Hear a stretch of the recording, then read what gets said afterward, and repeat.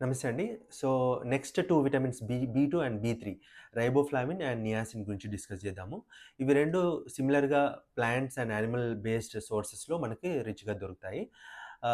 అంటే like whole grains, ఇంకా pulses, nuts, ఇంకా ఆహ్, హో green leafy vegetables, meat, fish, poultry products లాంటి వాటిల్లో 2 ఈక్వల్‌గా దొరుకుతాయి.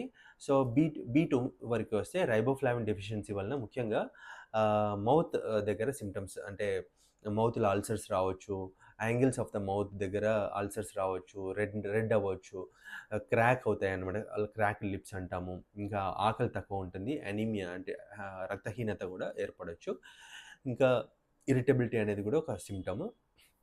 లెగ్ క్రాంప్స్ కూడా ఉండొచ్చు. సో, ఈ రైబోఫ్లావిన్ డెఫిషియన్సీ మనము సస్పెక్ట్ చేసినప్పుడు ఎస్పెషల్లీ ఇలాంటి mouth ulcers, especially angles of the mouth, angular stomatitis అంటాము. రైబోఫ్లావిన్ 5-10 ఎంజీ పర్ డే కొన్ని మంత్స్ ఇస్తే ఈ సింప్టమ్స్ అన్నీ రివర్స్ చేయొచ్చు. So, next coming to niacin, vitamin బి3, దీన్ని నికోటినమైడ్ అని కూడా అనొచ్చు.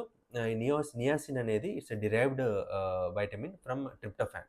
సో, ట్రిప్టోఫాన్ అనేది రిచ్‌గా మన హోల్ గ్రెయిన్స్, సీరియల్స్ మనం చెప్పినట్టు plant based products and milk, meat, poultry ప్రొడక్ట్స్‌లో ఉంటాయి.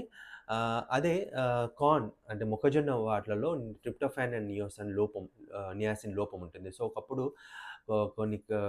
కొన్నేళ్ల క్రితము మొక్కజొన్న ఎక్కువగా తినే ప్రాంతంలో ఈ నియాసిన్ డెఫిషియన్సీ కామన్‌గా చూస్తుండే. సివియర్ నియాసిన్ డెఫిషియన్సీ ఉన్నప్పుడు పెలాగ్రా అనే డిసీజ్ వస్తుంది. పెలాగ్రా అంటే 3 డెమ్ ఎస్పెషల్లీ డెర్మటైటిస్, ముఖ్యంగా సన్ ఎక్స్‌పోజ్డ్ ఏరియాస్, ఫేస్ కావచ్చు, నెక్ కావచ్చు, హ్యాండ్స్ కావచ్చు. సన్ ఎక్స్‌పోజ్డ్ ఏరియాస్‌లో డార్క్ కలర్ పిగ్మెంటేషన్, ఇంకా స్కిన్ అనేది థిక్ అయిపోవడము చూస్తామన్నమాట. సో, అలాంటి నెక్ దగ్గర ఆ సింప్టమ్‌ని క్యాసల్ నెక్లెస్ అని అంటాము. ఇంకా మెమరీ డిస్టర్బెన్సెస్, కాగ్నిటివ్ డిస్టర్బెన్సెస్, మెమరీతో పాటు లెర్నింగ్, లాంగ్వేజ్ ప్రాబ్లమ్స్, ఇంకా రీజనింగ్ ప్రాబ్లమ్స్ కూడా రావచ్చు నియాసిన్ డెఫిషియన్సీ వల్ల. అండ్ డయేరియా కూడా కామన్ సింప్టమ్ అనమాట. సో, ఈ డెఫిషియన్సీ ఉన్నప్పుడు నియాసిన్ మనం 50-100 ఎంజీ పర్ డే తోని సప్లిమెంట్ చేస్తే ఈ సింప్టమ్స్ అనేది చాలా మటుకు రివర్సిబుల్ అవ్వచ్చు.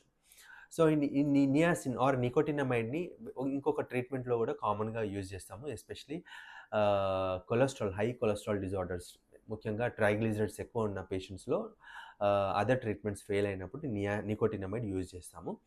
కానీ నికోటినమైడ్‌కి ఒక సైడ్ ఎఫెక్ట్స్, కొన్ని సైడ్ ఎఫెక్ట్స్ ఉండొచ్చు. ఎక్కువ డోసెస్‌లో తీసుకుంటే హాట్ ఫ్లషెస్ అంటామనమాట. అంటే ఫ్లషింగ్